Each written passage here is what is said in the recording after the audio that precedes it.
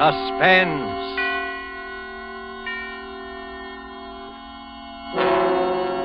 Presented by Roma Wines, made in California for enjoyment throughout the world. Salud. Your health, senor. Roma toasts the world. The wine for your table is Roma, made in California for enjoyment throughout the world. This is the man in black, here for the Roma Wine Company of Fresno, California, to introduce this weekly half hour of Suspense. Tonight in Hollywood, Roma brings you the MGM star, Mr. Charles Lawton. The suspense play which stars Charles Lawton and which is produced and directed by William Spear is called Wet Saturday. This remarkable and sardonic story is rather difficult to describe. It most certainly isn't a whodunit. Is it, Mr. Lawton? No, it definitely isn't. The question involved is not at all a matter of who done it. It's a matter of whether or not the who done it is going to get it in the neck. And if not, then who is, regardless of who actually done it. It's very complicated. Very well put, sir. And before the curtain rises on Suspense, will you eavesdrop with me a moment? Dinner is over. A delightful dinner in one of the great homes of a land far to the south. And one of the guests is complimenting his host. Ah, Raoul, your reputation as a host grows with each of your magnificent dinners. That superb wine tonight, where did you find such perfection? I will tell you a great secret. When I visited our good neighbor, Nelai, the United States, I tasted the wines of their California and knew instantly it was a great wine country. And I learned that some of their very choicest vineyards produced the wine we enjoyed tonight. Roma wine. Our good neighbor to the south is right. Our own sunny California provides perfect conditions of climate and soil to produce some of the world's finest wines. And note this. What your wine connoisseur of another land prized as an expensive import, with import duties and high shipping costs included in his purchase price, comes to you from the great Roma wineries in California as an inexpensive American product. Roma's wide varieties of types and Roma's modest costs means that you can enjoy these fine wines often when entertaining guests as a pre-meal appetizer, to serve with meals, or for after-dinner enjoyment. You will be amazed at how little your dealer will ask for an assortment of several types of these fine Roma wines. Visit your dealer tomorrow and ask him for Roma, R-O-M-A, America's largest selling wine. Made in California for enjoyment throughout the world. And now, with Wet Saturday, and with the performance of Charles Lawton, we again hope to keep you in suspense.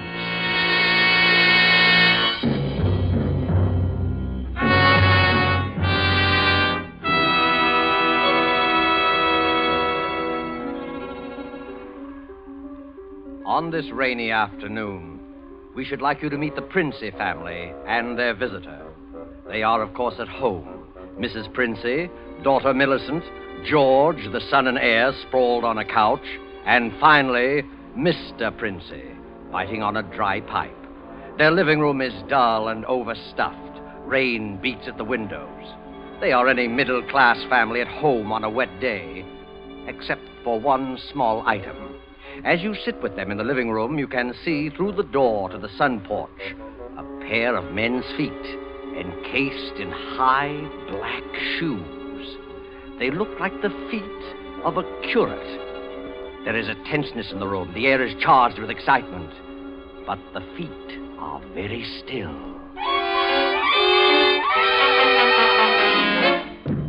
Well, don't keep staring at him. Listen to me, all of you. Don't you see? They'd hang her. That's what they'd do. They'd hang her. Oh, Fred, it's too awful. Awful? It's catastrophic. A supposedly sweet, gentle, intelligent girl, respected and loved by the whole village, doing a thing like this. Think of the publicity and the disgrace.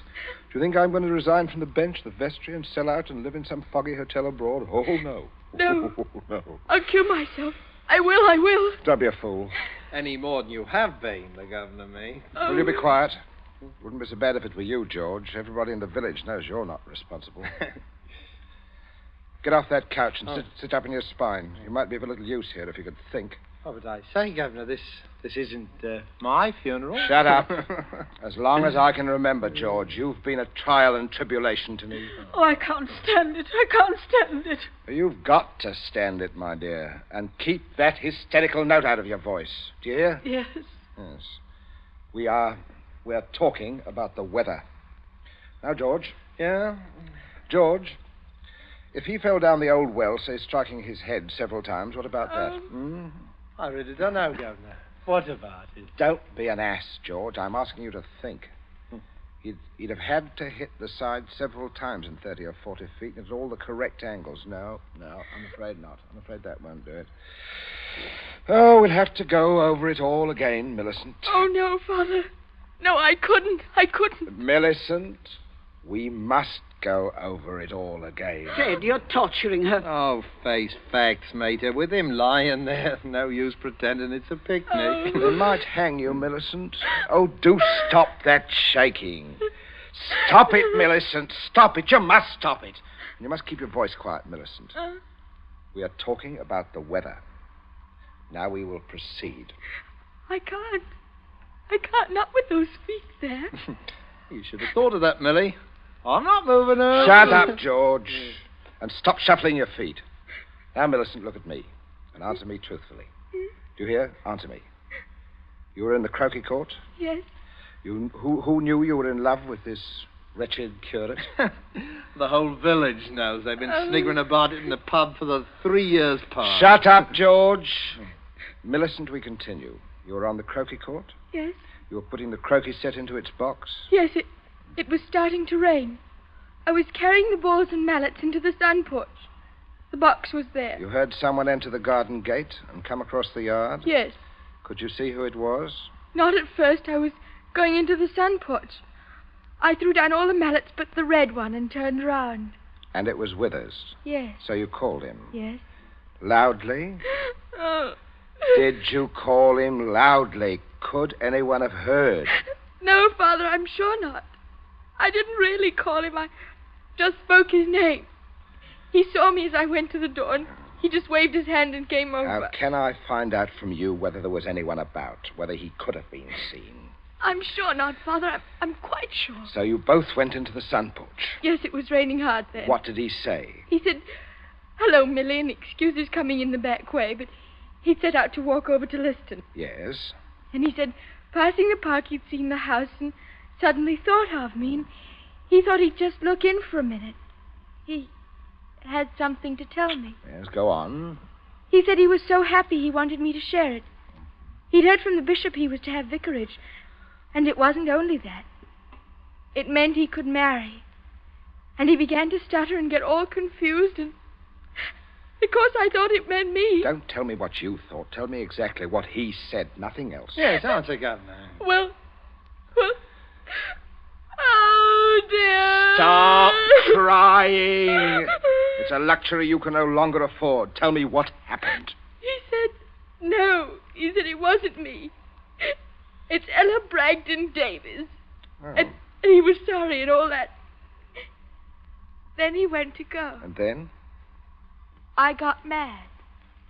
He turned his back. I had the red mallet of the croquet set in my hand.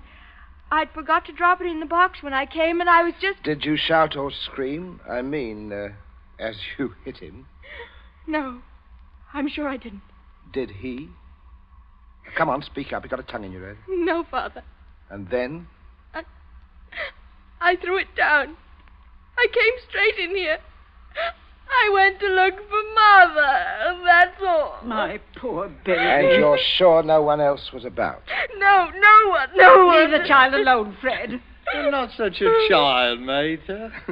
Oh, Millie, I had no idea. George, will you keep quiet? I'm thinking. You see, George, he probably told people he was going to Liston. Certainly no one knows he came here, for he didn't decide until he crossed the park. He might have been attacked in the woods. We must consider every detail. A curate with his head battered in. Oh, don't, Father, don't. Oh, shut up. A curate with his head battered in. A curate with his head battered in. Well, who would want to kill Withers? Who'd want to kill Withers? Well, I would, with pleasure. How do you do, Mrs. Princey? Captain Smollett. Well. Sit down. Pray, you mustn't get up for me, Mrs. Princey. You are the Millicent, my word. I'm just being neighborly on a bad day. I wanted to ask you about those dahlia bulbs, Princey. I took a short cut on account of the rain and walked right in. I knew you wouldn't mind. He heard you, Father. Oh, dear. We can all have our little jokes, can't we? Now, don't you pretend to be shocked. This way, Smollett. This chair facing the fireplace, old man. Sit down, Mother. Just straightening the curtain to the sun porch, dear. It looks so gloomy out there. Might as well shut the rain out. Well, we were just talking about a little theoretical cure at killing, Smollett. Young people these days like thrillers. Parsonicide? Justifiable parsonicide. You heard about Ella Bragdon Davis? I should be a proper laughingstock. Why should you be a proper laughingstock, Smollett? Oh, I had a shot in that direction myself. Did you? She half said yes, too. Hadn't you heard? She told most people. Now I look as if I were jilted. Too bad. Oh, the fortune of war. Yes, fortune of war. Yes, odd how that happens, isn't it? Yeah. Sit down, Smollett, old man. Mother, Millicent, would you console Captain Smollett with your best light conversation? George and I have something to look at outside. The rain, you know. It's very bad, very bad. Come along, George. Right, Governor. Perhaps we'll need raincoats, huh? Oh, I don't think so, George. Just make yourself at home, Smollett. Make yourself at home, old boy. A cigarette, Captain Smollett? Thank you. Nasty day to be going out. Oh, it's something about the old well just off the sun porch door, you know. This terrible sudden weather seems to have loosened some of the stones. Too bad. Too dash bad. Spoils the tennis and the croquet. I mean, a day like this, doesn't it, Millie? Yes, it does. She was practicing out on the croquet court earlier. But do pull your chair nearer the fire, Captain. It was so damp we thought it would be cozy to light it. Thank you. I'm quite comfortable. I hope you don't feel too bad about Ella Bragdon Davis. Oh, can't always win, you know. Can't understand, though, what you women see in these bloodless clerics. Oh, I always thought Mr. Withers was is a very charming man. I quite agree, but why should anyone want to marry him? You wouldn't want to marry him, would you, Millie? Not now. What? That is, I used to. Oh, no, of course not. Smollett. Yes, Princey. Good Lord, man. You come on a fellow suddenly. I suppose I did. You don't mind this old double-barrel shotgun, do you, Smollett? Huh? I've been working on it. Might I have your attention for a minute? There's something on the sun porch I'd like to show you. Yes, of course. Smollett, George and I went out to see if we could shoot some rats which had been driven out of the old well by the high water. We were afraid they might get into the house. But you must listen to me very carefully, or you'll be shot. By accident. Princey, what's the matter with you? You heard me ask as you came in who would kill Withers. You also heard Millicent make a comment. An unguarded comment. Well, what of it? Very little, unless you were to hear that Withers had met with a violent end this afternoon. And that, my dear Smollett, is what you are going to hear. What? Withers dead? Yes. Who killed him? Millicent. Oh. Good Lord. Oh, shut up, sniveling Millie. Yes, it's a mess. And of course you would have remembered and guessed. Oh, maybe, yes, I suppose I should. Therefore, you constitute a problem. Why did she kill him? It's one of those disgusting things. Pitiable, too, I think. She deluded herself that he was in love with her. Good heavens. Millie, yes, of course, I see. He told her about the Davis girl, Ella Bragdon Davis. I understand. I have no wish, as you will comprehend, that she should be proved either a lunatic or a murderess. I could hardly go on living here after that, could I? Besides, I'm rather fond of Millie. Quite. On the other hand, you know about it. Yes, I see that makes me a problem. You were wondering if I could keep my mouth shut. If I promised? I'm wondering if I could believe you. But if I promised? If things went smoothly, yes. But not if there was any sort of suspicion or any questioning. You would be afraid of being an accessory. I don't know. I do. What are we going to do? I can't see anything else. I mean, you'll never be fool enough to do me in. You can't get rid of two corpses. Well, I regard it as a better risk than the other. It could be an accident, or you and Withers could both disappear. There are possibilities in that, of course. Listen, you can't... I can. But there may be a way out. There is, Smollett. You gave it to me yourself. I did? What? Well, you said you would kill Withers. You have a motive. Oh, look here now. I was Listen, joking. Smollett, I can't trust you. You must trust me, or else I will kill you now in the next minute. I mean that. You can choose between living and dying. Go on. There's the old well just outside the sun porch door. That's where I'm going to put Withers. No one outside knows he's come up here this afternoon. No one will ever look there for him unless you tell them. Now, you must give me evidence that you have murdered Withers. I murdered him? Why do you want that? So that I shall be dead sure that you'll never open your lips on the subject. I see. What evidence? George. Yes, Governor? Hit him in the face. Sure. You keep out of this, man. Oh, Captain, you should be more careful. Look what your teeth did to my knuckle. Do it again, George. Okay. Father, how can Now, you keep quiet, Millie. Stop sniveling. I'm sorry, Smollett, but there must be traces of a struggle between you and Withers. Then it will be not altogether safe for you to go to the police. Now, George, would you get the croquet mallet? Oh, right, Yes. okay. And, George, take your handkerchief to it. You'll find it there on the sun porch floor. Oh, yeah. Yeah, I got it, Governor. That's right, boy. There, Captain, there's the weapon. See, as I told you, Smollett, there it was. Now, if you please, just grasp the end that mashed Withers' head. I shall shoot you if you don't. Good Lord, you can't. There. All right. That's it, old boy. That's right. Now, deposit it by the side of the house. Out of the rain, of course. Now, wait, George.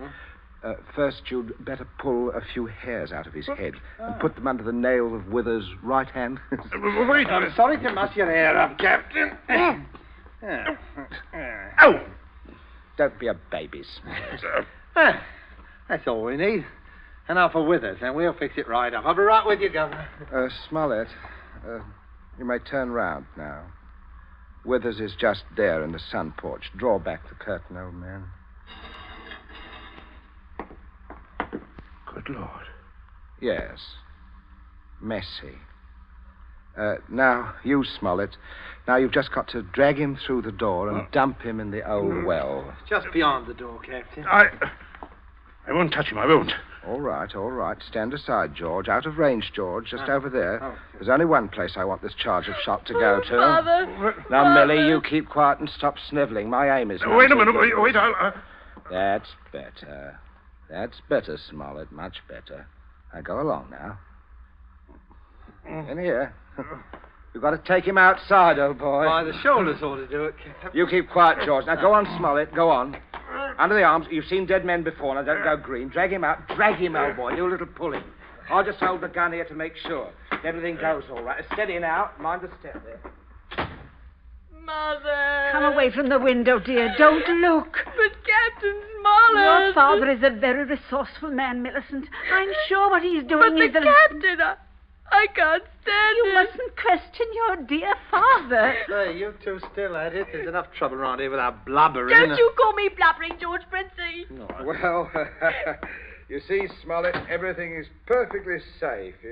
You remember, that no one knows that Withers came here. Everyone thinks he walked off to Liston. And that's 5 miles of country to search. They'll never look in our well. Don't you see how safe it is? I guess so. Good heavens, old boy, you're dripping wet. Why don't you slip your raincoat on? Is the tea ready, dear? In just a minute, dear. I'll ring for Bridget. It's exactly what you need, Smollett. A nice, hot cup of tea. It's the best thing in the world to ward off a cold. Sit down, won't you, old man? Don't you mind getting the chair wet. That's all right. Would you have a cigarette? No. Help yourself, old boy. See, I stick to my pipe. Funny how you get attached to pipes. My wife always says to me... Everything's hot, ma'am. Oh, Bridget, yes. Put the tray in front of me here on the table. That's it. Say, Captain. Why, you've cut your lip. I just knocked it. Why, how dreadful.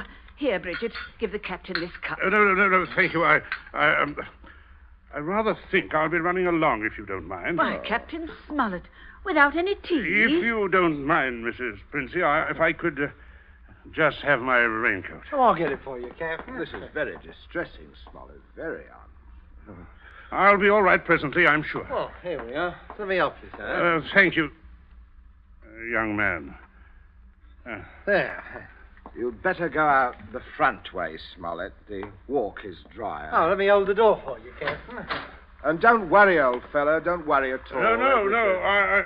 I won't. Good afternoon. It's nothing serious, I imagine, dear. A little rest, of course. He'll be as right as rain. Oh, by the way, Millicent, you're not looking any too well, dear. Not well at all. I'm sure it was that croquet court. Being outdoors in weather like this is simply foolhardy. Yes. Huh? Mate is right, Millie. You saw what happened to Captain Smollett. Come along, dear. I shall give you a hot foot bath and put you to bed.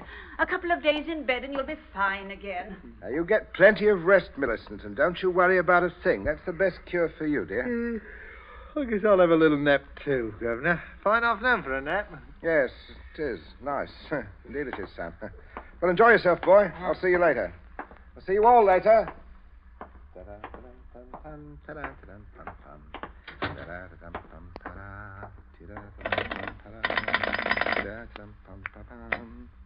number, please. Oh, would you get me to the police station?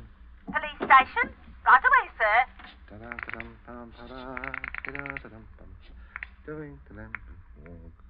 Police headquarters, Sergeant Yancey speaking. Oh, hello, Sergeant. This is Princey of Abbott's Road. I believe you know me. Oh, indeed I do, Mr. Princey. Sergeant, a rather horrible thing has just occurred. Quite extraordinary. It's murder, in fact. Murder? I'm afraid it looks rather bad. Well, for a close friend of ours, unfortunately, we saw him do it. I think you'd better send someone over right away. Well, a man should be there right about now, Mr. Princey. I beg your pardon? I say our man should be there now. Constable Martin has his post right below your house there, just rang in. Seems Captain Smollett was with him. Captain Smollett? He reported some rather queer goings-on at your place, but I certainly didn't understand it was murder. But just don't touch anything, Mr. Princey, and don't worry. Don't worry at all. No, Sergeant. I won't worry, thank you. Governor, where are you? Governor, where are you? I'm right here, and stop shouting. We have some visitors, Governor. I can see that. I'm not... Well, Constable, good afternoon. Hello, Smollett. See, what a remarkable fellow you are, coming back like this. Here to reenact a crime. Only the one against me, Princey. The one against the curate I'll leave to you people. Extraordinary sense of humor you have. Mr. Princey, I just had a look at what's in your well. Not a pretty sight, that. Not pretty at all. Yes, Captain Smollett was thorough, if nothing else. You saw him when he did it, sir, out in the back? Oh, yes. Oh, quite. We were just returning from a walk, and Smollett had evidently been laying for the curate, hiding out in those bushes by the road, I imagine. He was never inside this house? Never. And you say, Captain? I say that while I was inside this house, a guest of the family, I was coerced into dragging the curate's body outside and dumping it in the well. Well, there we are. Well, not entirely, Constable. I'll just remove my raincoat here and demonstrate how damp I got my clothes when I went outside without it. Now, that's interesting, isn't it? Yes. He undoubtedly removed his coat at some point between here and your post. I might as well tell you that his weapon, a red croquet mallet, is out by the side of this house. I shouldn't be at all surprised that you'd find his fingerprints all over it. All over the end of the mallet, Constable. The end that mashed Withers' head. Not the end I'd have to grasp in order to do the mashing. Governor, that's a decent try, Smollett, but it won't work. There must be other evidence, Constable. You'll undoubtedly find it when you examine the body. He means the hair under Withers' nails. Well, sir, I happened to notice something when your young George there opened the door for me. If you'll carefully look, I believe you'll find a few of my precious hairs under his nails, too. What are you trying to say? Shut up, George, will you? Constable, this is a complete waste of time.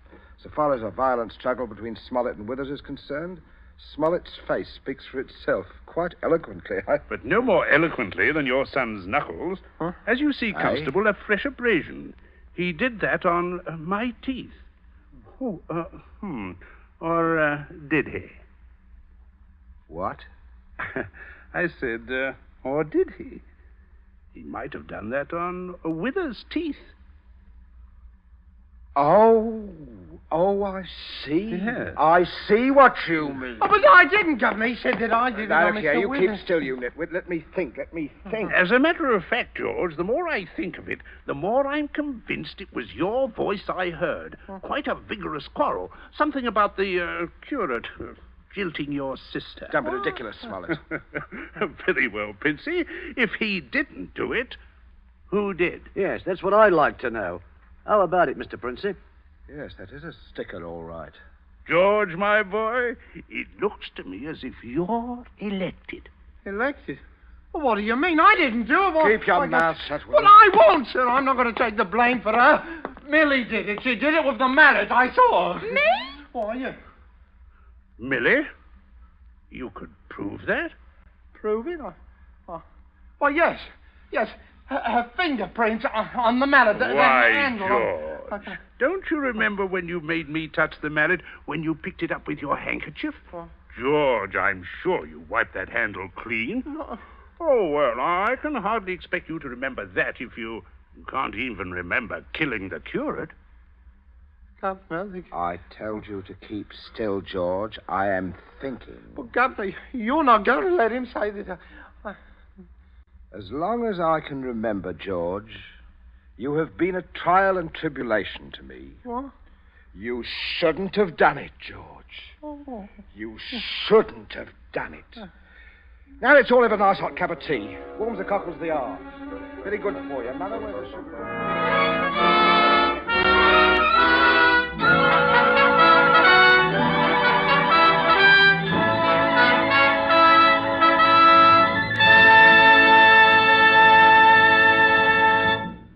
And so closes Wet Saturday, starring Mr. Charles Lawton, tonight's tale of Suspense. In just a moment, we shall hear again from Mr. Lawton. But first, let me ask you a question. Isn't it true that things we most enjoy are so often the little extra things, and more often than not, something that pleases the taste? That suggests a bottle of really good wine, Roma wine. It's so easy for you to make certain of high quality in your wine because all you have to do is to go to your dealer and ask for Roma, America's largest selling wines. They are made in California, one of the world's greatest wine-producing sections. You'll have your choice of Roma's great variety of types, from a delicious tangy sherry, a brilliant claret, or a hearty burgundy to a sweeter, heavier port. And you will be so impressed by the modest cost of Roma wines, you will want to enjoy them regularly at home as well as when you entertain. For this traditional form of hospitality is smart, yet inexpensive. A full measure of enjoyment, yet moderation in its best sense. For wines with greatness of character, always ask for Roma wines. R-O-M-A. Made in California for enjoyment throughout the world. But remember, before you buy wine, buy war bonds and stamps. Hello, this is Charles Lawton. I hope you enjoyed our play this evening. Next week, I'm told that Suspense will bring you another of John Collier's stories. It's one of my very particular favorites. It's called Back for Christmas, and your star will be Peter Lorre. Charles Lawton appeared by courtesy of Metro-Goldwyn-Mayer, producers of the Technicolor musical Thousands Cheer. Don't forget, then, next Thursday, same time, for Peter Lorre in Suspense. Presented by Roma Wines. R-O-M-A. Made in California for enjoyment throughout the world.